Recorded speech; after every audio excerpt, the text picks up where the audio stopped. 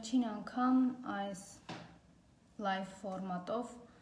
փորձել էի մտքերս շարադրել եւ ձեզ հետ խոսել որոշ հարցերի մասին, այդ խայտառակ կապիտուլյացիոն փաստաթղթից հետո արդեն վստահ լինելով, որ մենք Հայաստանի Հանրապետության քաղաքացիներս մեր երկիրը այլևս գտնվում է դժոխքում, վատթարագույն իրավիճակում, վստահ լինելով, որ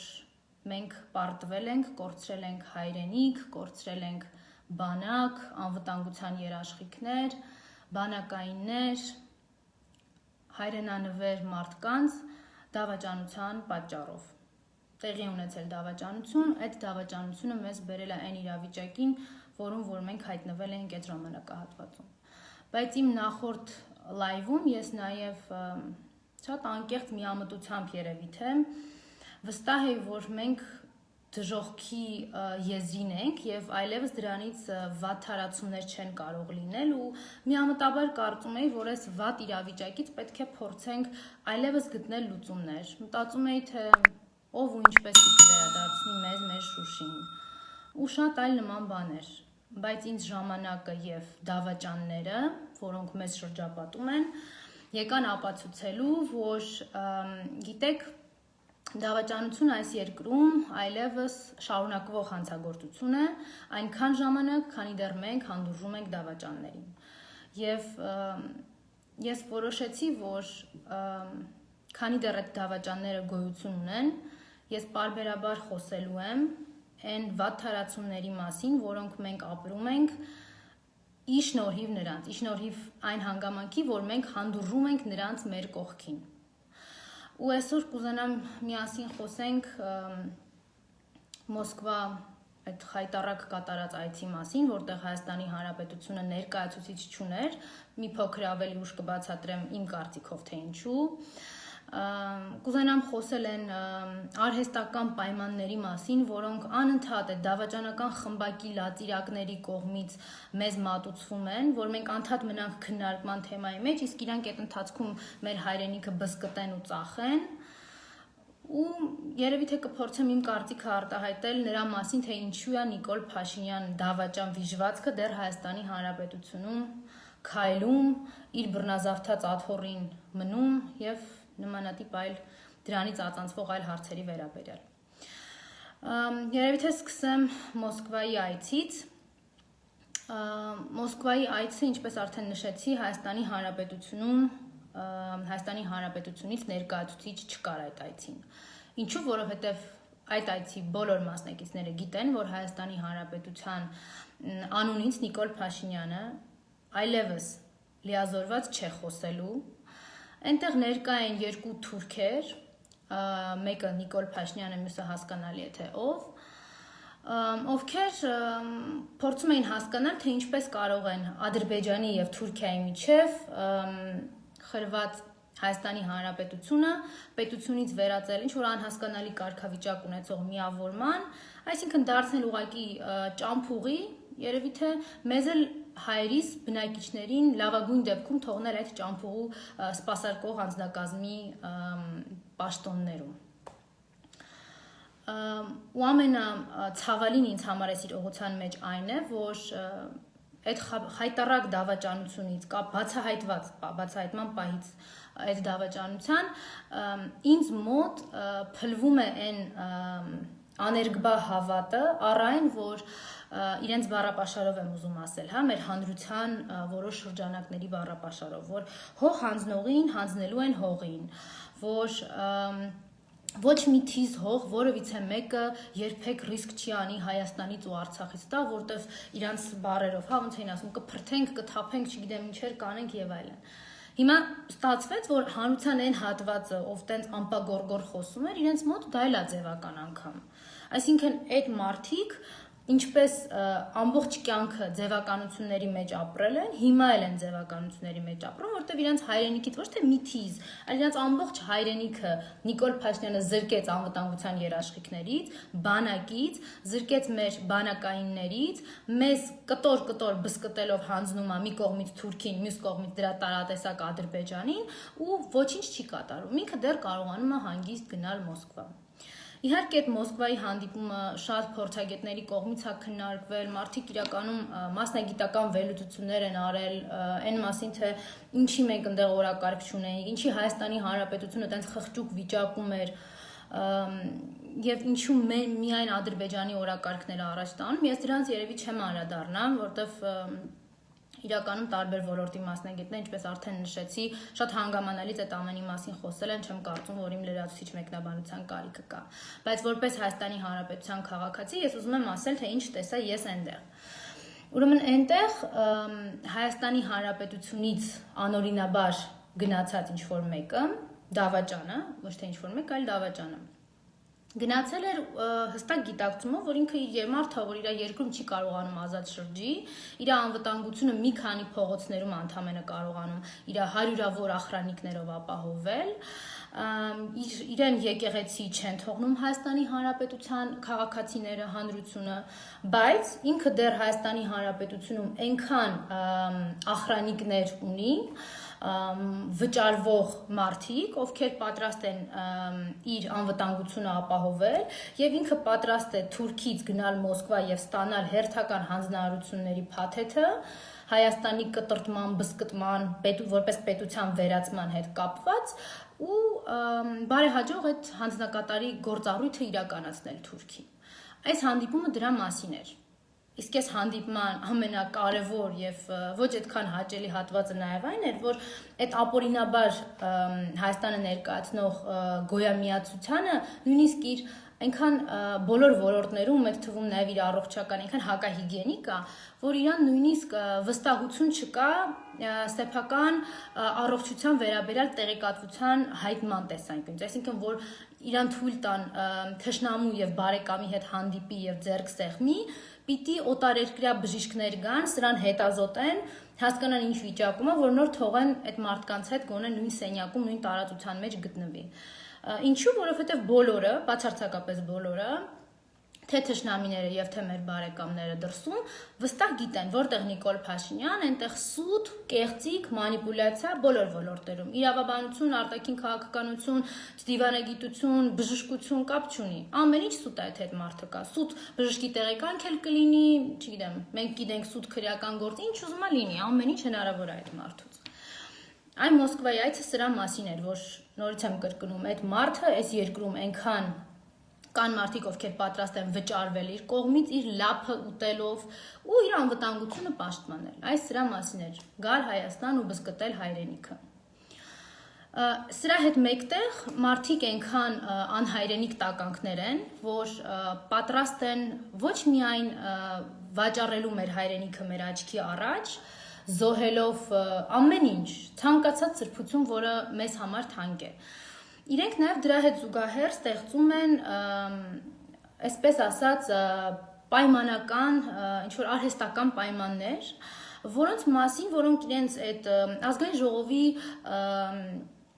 անբովանդակ ու անձև պատգամավորների շուրթերով, չգիտեմ, նախարարների շուրթերով, ովքեր ոչինչ չեն հասկանում իրենց ոլորտներից ու դավաճանի ասածներով, ինչ-որ փորձում են արհեստական օրակարգեր ձևավորել։ Այս մարդիկ այդ արհեստական կեղծ պայմաններ են առաջադրում, մեզ սկսում են գցել հանրությանը տարբեր շերտերի, սկսում են գցել այդ քննարկումների մեջ, որ այդ պայմանների բավարարման դեպքում է միայն հնարավոր Նիկոլ Փաշինյանի, չգիտեմ, հրաժարական կամ այլ ինչեր են օգտագործում, չգիտես եւ այլն։ Մենք Նիկոլ Փաշինյանի հրաժարականի եւ իր համար այս երկրում ինձ համար գոնե ընդունելի միակ կարգավիճակը մասնավորապես իր դատապարտյալ լինելը ոչ մի պայմանով կապված չէ, առավել եւս այն կեղծ պայմաններով, որոնք մեզ շպրտում են այդ լափամանից լիզող ազգային ժողովի անդեմ падգամավորներն ու անձև նախարարները։ Դրանցից մի քանիսին այսօր կանդրադառնամ վերջնականապես գոնե ինձ նայող լսող մարդկանց համար փակելու այս անիմաստ թեմաները։ Դրանցից առաջինը երևի թե պայմանականորեն կանվանեմ նախկինականություն, բովանդակության մեջ սրա չեմ մտնել, որտեղ սա բովանդակություն էլ չունի, ուղղակի մի քանի փաստ եմ ասել, որ ձեզ նախկինականության մասին ավետում են ամենաթարմ դեմքերը, որոնք հնարավոր էր գտնել Հայաստանի Հանրապետությունում, հա, Գագիկ Ջանգիրյան, Անդրանիկ Քոչարյան, Վաղարշակ Հարությունյան, այսինքն մարդիկ, ովքեր ես չեմ խորշի ու կասեմ, որ Հայաստանի Հանրապետության անկախությունից ի վեր 90-ականներից այս մարդիկ զբաղված են որ ոլորտում որ եղել են, թալանով ու երկրի այդ ոլորտի անվտանգային երաշխիքները վերացնելով։ Ու այդ մարդիկ հիմա այդ թալանից հետո Նիկոլի հետ եկել են հաջորդ էտապի թալանին ու մեզ ասում են, թե ինչն է նախկին, ինչն է նոր։ Ամենաթարմ օրինակը հնության հետ կապ չունեցող Գագիկ Ջանգիրյանն է, որի իրավաբանական գիտելիքները այս վերջի արդեն 2 օրի ընթացքում շատ լավ պարզ դարձավ, թե ինքը ինչ մակարդակի իրավաբան գիտնական է։ Հասկանում եք, այս մարդիկ, այն մարդիկ են, ովքեր անընդհատ ոտնձգել են Հայաստանի Հանրապետության անվտանգության երաշխիքներին, չգիտեմ, հայտնվել են սոցիալական վիճակում, Գյումրիից թալանելով եկել է Անդրանիկ Քոչարյանի, այդ մարդու համար հիմա էլ որոշել էր հանրությունը, հանրության ինչ-որ մի հատված, որ ինքը կարող ապրիլյան պատերազմ քննի։ Դրա հետ կապված եզրակացություններ ներկայացնի, բայց դրա մասին քիչ ուշ կանրադառնամ։ Հիմա այս մարդիկ կործանելով Հայաստանի նախկին անվտանգային համակարգը, այն անվտանգության ու արտաքին վարկանիշը, որ ուներ Հայաստանի Հանրապետությունը նախկինում, մեր փաստացի երկու անկախ ինքնիշխան տարածքային եւ սահմանային առումով անձեռնմխելի երկու պետականությունները քանդեցին, քայքայեցին, որտեղ դա նախկին էր, էլի։ Հիմա բերեցին մեզ, կանգնացրեցին մի անհասկանալի կարգավիճակում, իրենց համար նորմալ, որովհետեւ իրենք հնարավորություն ունեն շարունակելու, թալանելու, բզկտելու այս երկիրը ամենաթարմ ձևաչափով իրենց պատկերացրած։ Հաջորդ հիմարությունը, որ մեզ մատուցվում է, իբր թե ՀՀԿ-ն հեշտ հանձնեց իշխանությունը, որտեղ գիտեր, որ այս ամեն ինչ-որ տեղի է ունենալու։ Ես այդ հիմարությունը կրկնողներին եմ ուզում ասել, որովհետև ես գիտեմ այդ հիմարությունը ինչի են ստեղծում, որտեղ այդ վիժվածք Նիկոլ Փաշինյանը ու իր շրջապատը բնականաբար միտումնավոր են դա անում։ Իսկ հիմարությամբ դա կրկնողները ու դա հարց դարձնողները, հələ մի հատ էլ դրան պատասխան տալ փորձողներին ուղղակի ասում եմ։ Մի ամիս անմարդկային անբարոյական ճնշումների տակ Հայաստանի Հանրապետական կուսակցության ներկայացուցիչները, իշխանությունը հանրապետական, ձեզ փաստարկված ու բովանդակային փորձում էր ներկայացնել, որ այս ամեն ինչը ինչ որ կատարվում է, ներքին process չի։ Մի օգտագործվեք այն գործում, որի նպատակը Արցախը ծախելն է, Հայաստանից անջատելն է,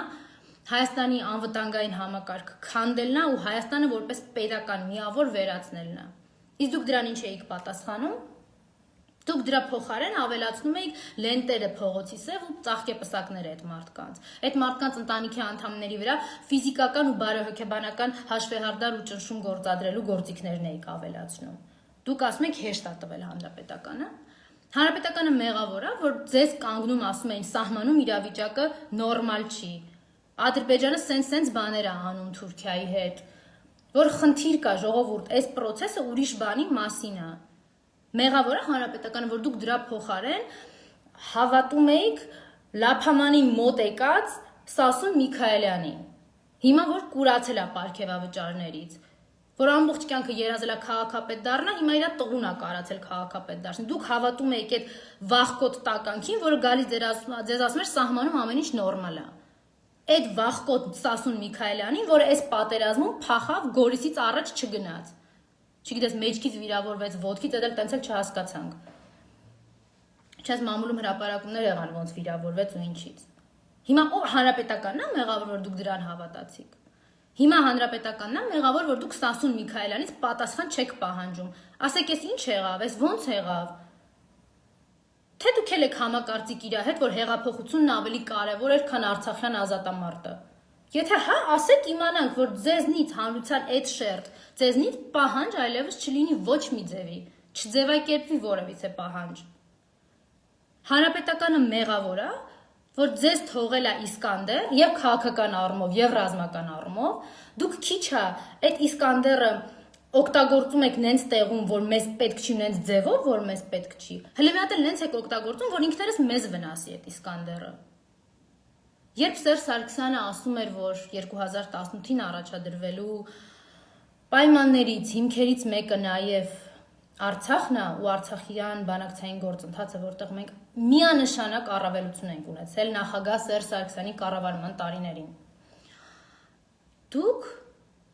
նախընտրում էիք հավատալ լպրծուն Դավիթ Սանասարյաններին օրինակ։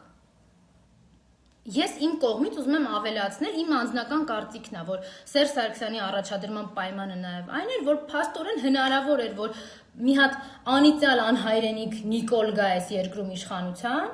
Ալիևի փողերից ոտքերը թուլանա, մեզ էլ մեր հայրենիքի հետ տա Թուրքին։ Ու եղավ, փաստորեն եղավ այդ ամեն ինչը։ Դուք պատասխան պահանջել եք այդ մարդկանցից։ Հիմա Դավիթ Սանասարյանի հետ փողոց փակողներ, դուք իրեն զանգահարել ասել եք, այս ինչ կատարվեց։ Արտախորհրդարանական ընդդիմությանը քննադատողներ, ձեր խորհրդարանական ընդդիմությունից գոհ եք։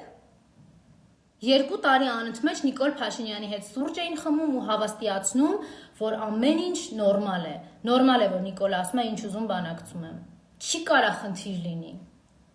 Դուք իրենցից պատասխան պահանջել եք։ Իհարկե ոչ։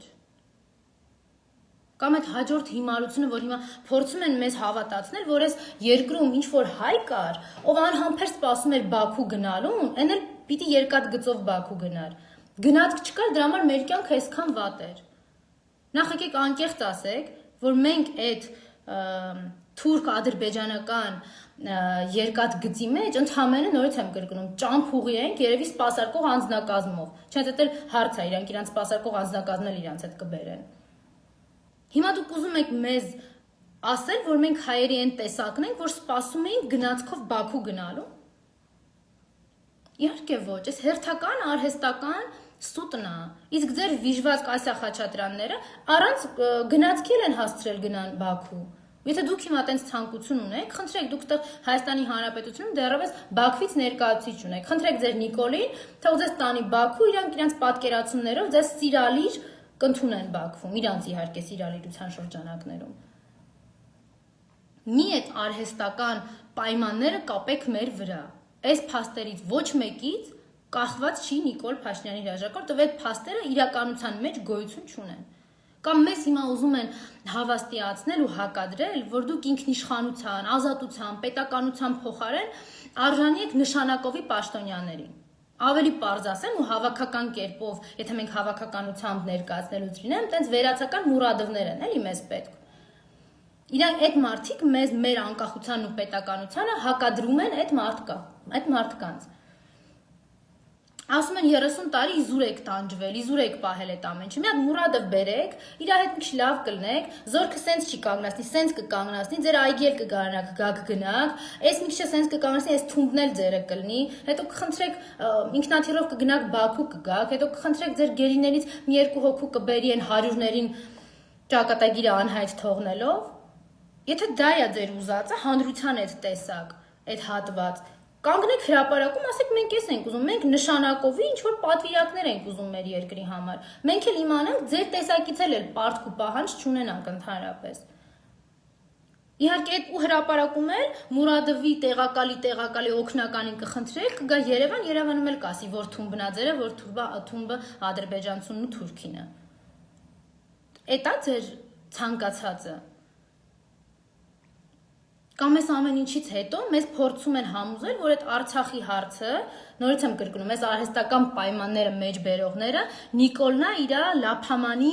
այդ վախեցած հանցագործների կույտով,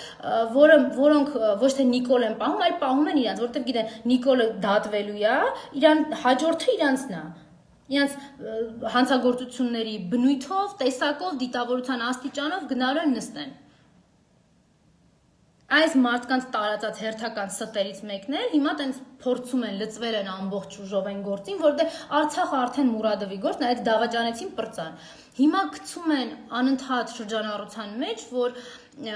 ու ինչ որ բանավեճ են արհեստական ստեղծում։ Նիկոլը մենակ Սյունիքը կտա, թե Տավուշից էլ կտա, Տավուշը լրիվ կտա, թե Մասնակի կտա։ Հասկանում եք, փորձում են մեզ համոզել, որ մենք սկսենք այդ մերժելի անհանդուրժողական վերաբերմունքի արժանի երևույթը քննարկել, այսինքն քննարկել Հայաստանի Հանրապետության մարզերից, որը մասնակի, որը ամբողջությամբ կանցնի Թուրքին։ Էս եք դիսկուրս ուզում դարձնեք։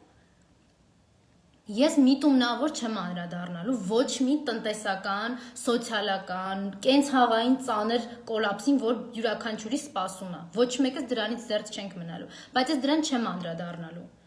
Որովհետև ես չեմ ուզում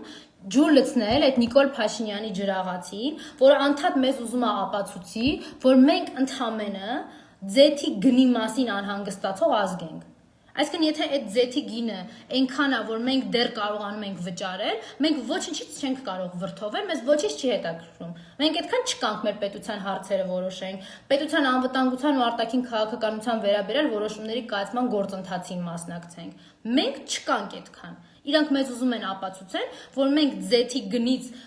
կախված տրամադրություն եւ որոշում կայացնող ու ձևավորող ազգ ենք։ Սա են մեզ ուզում հասկացնեն այդ Նիկոլ, Դավաճան Նիկոլը իր վիժվածքներով տարբեր մանր ու միջին։ Ես այդ թեմայի մեջ չեմ մտնի։ Կամ ես հաջորդն էլ ահա որ չեմ սիրում, բայց պիտի սրան էլ անդրադառնամ։ Ասում են դե անկախ հանրապետությունը Ղարաբաղյան առաջին պատերազմից հետո երբ էր sense մասշտաբային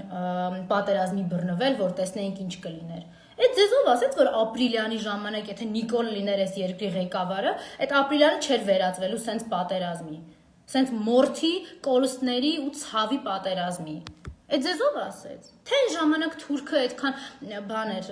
մարդասեր էր հայի նկատմամբ, հիմա հենց Նիկոլը եկավ, տենց չեղավ։ Իհարկե ոչ, որտեղ այն ժամանակ կար Հայաստանում ռազմաքաղաքական ղեկավարություն։ Այդ մարդիկ նախ ամեն ինչ անում էին, որ դիվանագիտությունը լինի 100%-ով իդեալական։ Այդ մարդիկ ամեն ինչ անում էին, որ իրենց դաշնակից գործընկերների հետ կարողանան ուղիղ խոսել ցանկացած հարցի վերաբերյալ։ Մյուս կողմից էլ զինում էին բանակը։ Այդ դրա համար ապրիլյանը չվերածվեց արյունահեղության։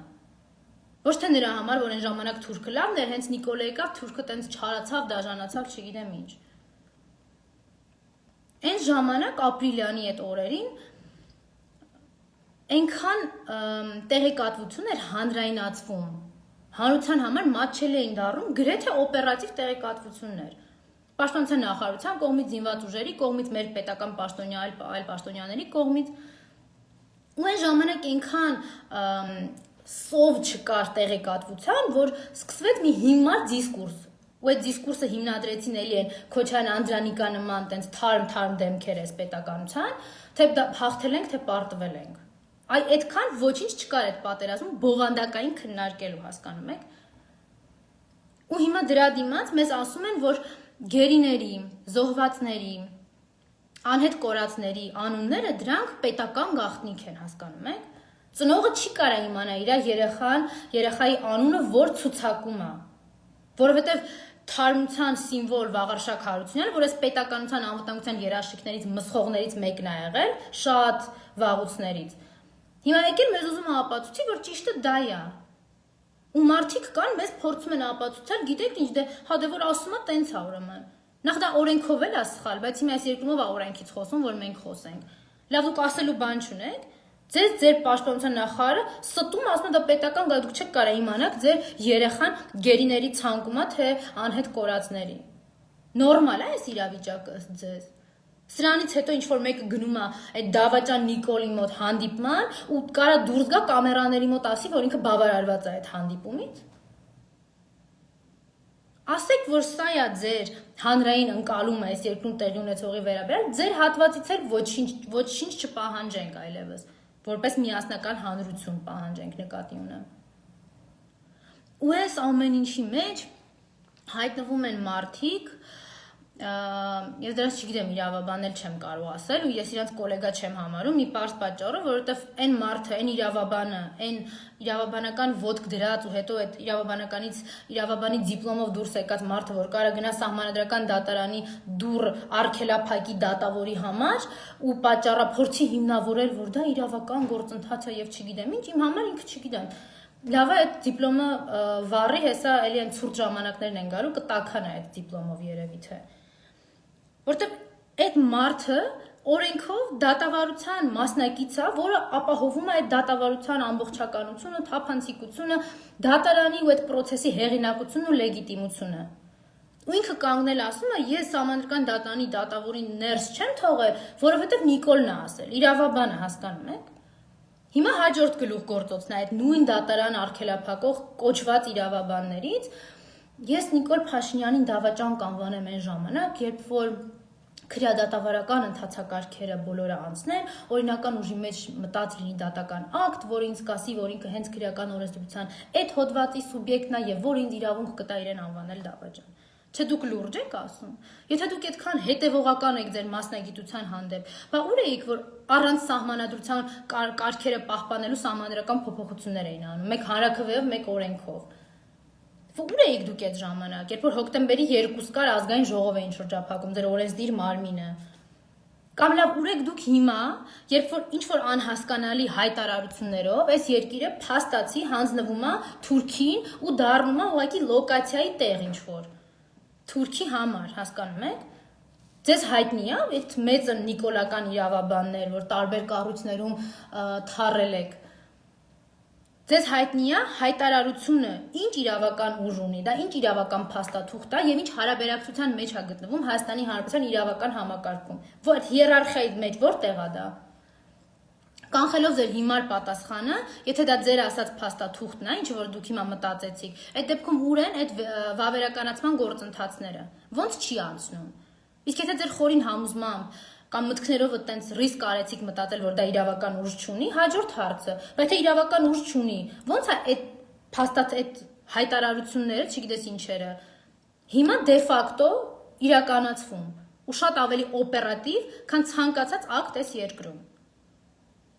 Ու դեռ հələ խոսում են ռեպրեսիաներից կամ ինչ-որ իրավապահ համակարգի գործողություն։ Նախ այս երկրում Նիկոլ Փաշինյանը իրավապահ համակարգը վերացրեց։ Այնտեղ իրավապահ համակարգ իրավունք պաշտպանող մարդիկ չկան։ Այնտեղ ուղղակի ռեպրեսիվ ապարատի մասնիկներ են։ Ու ես շատ ցայտուն օրինակ կարող եմ բերել հազարավոր մարդկանց հետ պատահած, այդ թվում նաև իմ վարչական տուգանք նշանակելու համար, նշանակելու չէ, արձանագրություն կազմելու համար ստատուսի, հասկանում, Facebook-յան ստատուսի։ Տուն կարող են գիշերը ժամը 1-ից 2 ընկած ժամանակահատվածում այցելել 3-ից 5 ոստիկաններ ու հարցնել, այդ որ գրել եք Նիկոլին եք նկատի ունեցել։ Այդ որ գրել եք Նիկոլի գիժա այն Նիկոլի հետ եք, մեր Նիկոլի հետ եք։ Այս հարցադրումներով իրանք գալիս են գիշերը ժամը 1-ին 2-ին արձանագրություն, վարչական արձանագրություն կազմելու։ Զանցանքի համար նույնիսկ եմ կրկնում։ Իրանք կարող վաղ առավոտ ինձ զանգեին, չէ՞, երբ ասեք կարող են զանգել, կարող են այցելել։ Բայց չէ, իրանք թվում է, որ նիկոլական վիժվածքները ոստիկան տեսնելուց իրանք ոտքերը թուլանում են, նույնը մեզ մոտ է։ Հիմա ես դες հարցնում եմ այդ նիկոլական իրավաբաններ նախարարությունում, արդարացության եւ մնացած տեղերում մի օրինակ բերեք, ուշադիր լսեք, Սերժ Սարգսյանի պաշտոնավարման ժամանակ վարչական իրավախախտումների վերաբերյալ օրենսգրքում տեղ գտած որևէ արարքի վերաբերյալ, որ գիշերը ժամը 1-ին 2-ին եկել են արձանագրությունը կազմելու ու գնալու համար։ Դուք տենց օրինակ չեք կարող բերել։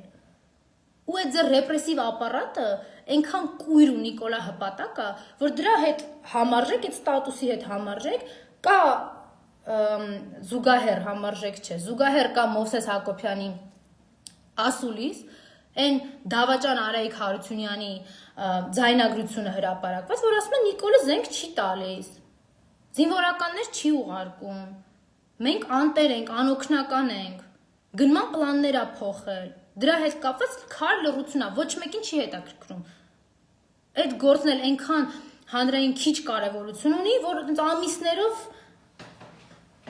կջրվի այդ գործը։ Երևի թե հետո Մովսես Հակոբյանը կդառնա դրան մեղադրել, որովհետև Նիկոլը պիտի զանգի այն մխիթար գոշ մեդալ ստացածին այդ հրահանգը պիտի տա։ Գլխավոր դատախազությունը պիտի դակեն այդ որոշումը։ Ռեպրեսիվ դակիչներ են էլի մեր իրավապահ համակարգչի այլևս։ Այն Արայիկ Հարությունյանն էլ որ ասացի մի բառով ասեմ, այդ մարդը ոչ միայն իր երկիրը հայրենիքը ծախեց հայրենակիցներին, այլ փաստորեն նույնիսկ պատրաստ եղավ թուրք Նիկոլի ասածով թուրքին ծախի իր պաշտոնը։ Բայց այդ մարդը իր ամբողջ կյանքում ինքը նախագահ իրավունք ուներ, որ լիներ։ Ինքը իր ամբողջ կյանքում ցանկացել է այդ Արցախի նախագահականում միջանցքներում ուղղակի կամազուր կամ ողնաշար մեկի նման քայլի գնա այս կողմ գա։ Այդ մարդուն բա նախագահ է դարձնում։ Չնայած պարզ է իրանով նախագահ դարձրեց ու ինչի համար դարձրեց։ Ու այս ամեն ինչի մեջ գտնվում են դեռ խոհափիլիսոփայական մտքեր արտահայտող մի հատ մասա, որ ասում է, այս ամեն ինչ մեջ մեղավոր էինք բոլորս։ Սուտ եք ասում։ Նման բան չկա։ Բոլորս մեղավոր չենք։ Հանկարծ չփորձվեք հասցեականություն շեղել,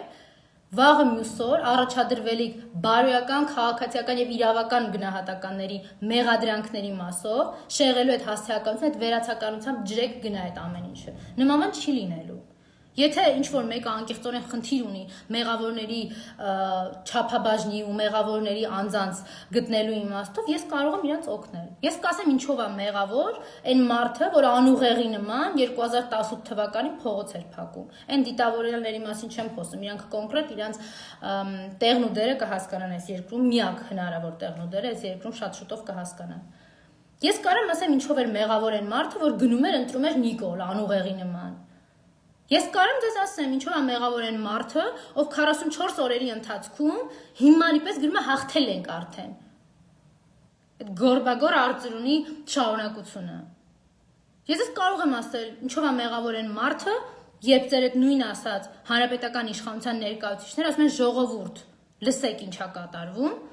դուք հիմարի պես տանում լենտ եք կախում սև այդ մարդկանց տան մոտ կամ համարն եք հավաքում կամ Facebook-ում չգիտես ինչ եք գրում։ Դուք չգիտեք ինչու եք մեղավոր։ Ես ձեզ կասեմ ձեր հասցեական մեղադրանքները ու օբյեկտիվ մեղադրանքները ամենակարևորը։ Ու չգիտեմ, ուղղակի ոչ մի լավ նոտա հիմա չկա ու ես չեմ պատրաստվում լինեմ այն մարդկանցից մեկը, ով ասում է, որ դե գիտեք ինչ, լավ է լինելու։ Լավ, ասենք դժոխքում ապրող մարդիկ, հայրենիք կորցնողներ, հիմա մենք այդ շարունակական process-ի մեջ ենք։ Գործողության մեջ ենք։ Հայրենիք կորցնողներ տենց նստեն ասեն, օ լավ ան, ով է լավ անելու, ինձ մոտ կբացատրեք։ Այդ էկրանների հետևից որ նստած չգիտեմ, Նիկոլ եք հայհոյում, չեք հայհոյում, քննադատում եք կամ քննարկում եք, ոնց ուզում եք, ընդդիմությանը, մարդկանց ովքեր դուրս են եկել հայրենիքի փրկության համար, ինչ որ բաներ են անում, ինչ որ իրանց ձեռքում կա այդ ռեպրեսիվ ապարատի ճնշումների ներքո։ Ով պիտի գա ձեր հայրենիքը փրկի։ Եթե դուք այլ մեթոդաբանություն, եթե դուք մարդիկ եք, ովքեր իրոք գիտակցում եք ու հասկանում եք, որ այս երկրում տեղի է ունեցել դավաճանություն, մենք պարտվել ենք դավաճանության արդյունքում, Նիկոլ Փաշինյանը թուրքերի հետ մեզ հաղթել է, որտեղ ինքը մեզ դավաճանել է իր մնացած վիժվածքների հետ։ Եթե դուք ունեք ավելի կարող ձեր կարծիքով թեկուզ, կարող մեթոդաբանություն ու գործիքակազմ, որ այս երկրում Նիկոլի գնալը ավելի շուտ ու հեշտ կլինի, ես առաջինը կկանգնեմ ձեր կողքը, եկեք հրապարակ դրա մասին ասեք, եթե չեք ուզում ձեր կողքը կանգնեմ, 2-3 քայլ հետ կկանգնեմ, ձեր թիկունքը կպահեմ, խնդիր չկա, եթե դուք իհարկե այն մարդն եք, որ մտածում եք այս երկրում ունեք անելիք, որ մեր երկիրը դավաճանությունից պիտի ազատեք, եթե դուք այդ մարդիկ եք, եթե դուք այդ մարդիկ չեք, ես ձեզ կարեմ խորհուրդ տամ, Մուրադովից խնդրեք 2 չվերթ Բաքու, 2 չվերթ Անկարա, այդքանդ կտեղավորվեք, ձեր սիրելի գաղթօջախներում գնացեք շարունակեք ձեր գոյությունը, հիմա մխիթարության հերթական էտապի մեջ ենք, ժողովուրդ, ազգ, ժեղ, հասարակություն, քաղաքացիներ, չգիտեմ ինչ ուզում եք դրեք անունը, ինչ ուզում եք, բարեբախտաբար թե դժբախտաբար, մենք բոլորս այն մարդիկ ենք, ովքեր այս ծանր ժամանակահատվածում ապրում ենք Հայաստանի Հանրապետությունում, հուսով եմ բոլորիս գենոֆոնդը հայկական է, ու բոլորս Հայաստանի Հանրապետության քաղաքացիներ ենք, ու ունենք պարտականություններ մեր երկրի հետ կապված։ Եթե ինչ-որ մեկին թվում է, որ ինքը այս երկրի հանդեպ պարտականություն չունի, այսինքն ձեզ սպառող ամենակ, ոնց որ արդեն սկզբում նշեցի, այդ դեպքում այդ չվերթի տեղն է իրան կամ Բաքու կամ Անկարա, նայ, թող որոշի ինքը։ Ես չգիտեմ ձեր ճակատագիրը հետո ձեր այդ սիրելի գաղթօջախներում ոնց կձևավորվի, դասավորվի, անկեղծած չէ հետաքրքրում, բայց մի բան հաստատ կարամ ասեմ, որ մենք այս երկրում շարունակել ապրողներս եւ մարդիկ, ովքեր հայրենիք ու արժանապատվություն ունեն, ազատված կլինեն հերթական փսիխոզի ու դավաճանության այնպիսի դրսևորումից, ինչպիսին էր 2018 թվականը։ Գոնե դա դրական, որպես ես կարող եմ արձանագրել ձեր այս երկրից բացակայությունից։ Ու ես չեմ պատրաստվում նստել ու ասել դե լավ կլինի, ոչ պիտի լավ անենք, որ լավ լինի։ Ու վերջում մի հանգամանք, որ այսօր ու երեկ անդադ քննարկում մամուլում, չեմ մեկնաբանելու, ուղղակի այդ փաստը ասելու եմ ու դրանով ավարտեմ։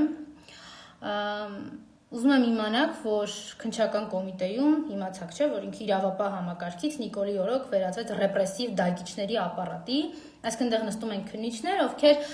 առանց ձերբակալման որոշումը կարդալու ստորագրում են, առանց կալանքի վերաբերյալ միջնորդությունը կարդալու մուտք են անում դատարան եւ այլն, որտեղ տենց Նիկոլն է ասել։ Այդ մարդիկ 2020 թվականի դեկտեմբերին պատերազմը պարտված, կապիտուլացված դժոխային Հայաստանում ստացել են 250,000 ամերիկյան դոլարի համարժեք դրամ պարգևավճար, իսկ 2020 թվականին կորոնավիրուսից ծնկած պատերազմում դավաճանված Հայաստանի Հանրապետությունում քննչական կոմիտեն ստացել է ավելի քան 2.5 միլիոն դոլար պարգևավճար, միայն պարգևավճար։ Իսկ ազգային ժողովը մեկ ամսվա ընթացքում բաժանել է ավելի քան 400,000 դոլար պարգևավճար։ Ես այսքանով ավարտում եմ, ցանկանալով ձեզ խաղաղ երեկո, բայց հստակ նաև գիտակցելով, որ Հայաստանի Հանրապետության արժանապատիվ ու հայրենիք ունեցող քաղաքացիների երեկոները 2020 թվականի սեպտեմբերի 27-ից բնավ էլ խաղաղ չեն եղել։ Ու չեն լինի այնքան ժամանակ, քանի դեռ Նիկոլ Փաշինյանը այս երկրում է։ Ցտեսություն։